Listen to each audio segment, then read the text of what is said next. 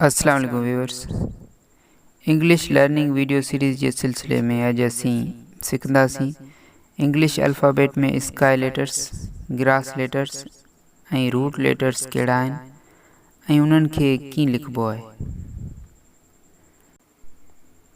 पर जेकॾहिं तव्हां असांजे चैनल ते नवां आहियो त चैनल खे सब्सक्राइब करियो ऐं बेल आइकन ते बि क्लिक करियो। सब खां पहिरियां तव्हां ॾिसो ही 4 लाइनूं आहिनि। इन्हनि में मथी लाइन आहे टॉप लाइन, विचियूं 2 लाइनूं आहिनि मिडल लाइन्स ऐं हेठी लाइन बॉटम लाइन आहे। हाणे अचूं था स्काई लेटर्स ॾांहुं। स्काई लेटर्स इंग्लिश अल्फ़ाबेट में 7 आहिनि जेके बॉटम लाइन खे छॾे बाक़ी 2 मिडल लाइन्स ऐं हिकिड़ी टॉप लाइन्स ते लिखिबा आहिनि।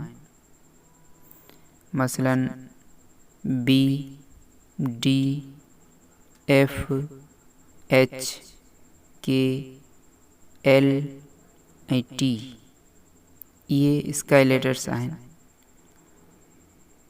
उनखां पोइ आहे grass letters. Grass letters top line ऐं बॉटम लाइन खे टच कोन था कनि, यानी इहे सिर्फ़ मिडल लाइन्स ते लिखिबा आहिनि। ग्रास लेटर्स 14 आहिनि जेके ही आहिनि A, C, E, I, M, N, O, R, S, U, V, W, X, G. Root letters. Root letters top line खे छॾे बाक़ी 3 लाइननि यानी 2 मिडल लाइन्स ऐं हिकिड़ी बॉटम लाइन ते लिखिबा आहिनि। इंग्लिश अल्फ़ाबेट में रूट लेटर्स 5 आहिनि जेके ही आहिनि जी, जे, पी, क्यू ऐं वाई। वरी हिकु दफ़ो ॿिए ॾिसी वठो। स्काई लेटर्स 7 आहिनि जेके हिकु टॉप लाइन ऐं 2 मिडल लाइन्स ते लिखिबा आहिनि।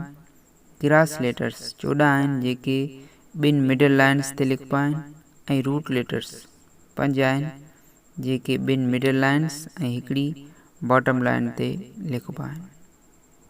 वीडियो सुठी लॻे त लाइक, शेयर ऐं कमेंट्स करियो ऐं पंहिंजे दोस्तनि सां बि शेयर करियो ऐं असांजे चैनल खे सब्सक्राइब करियो। महिरबानी।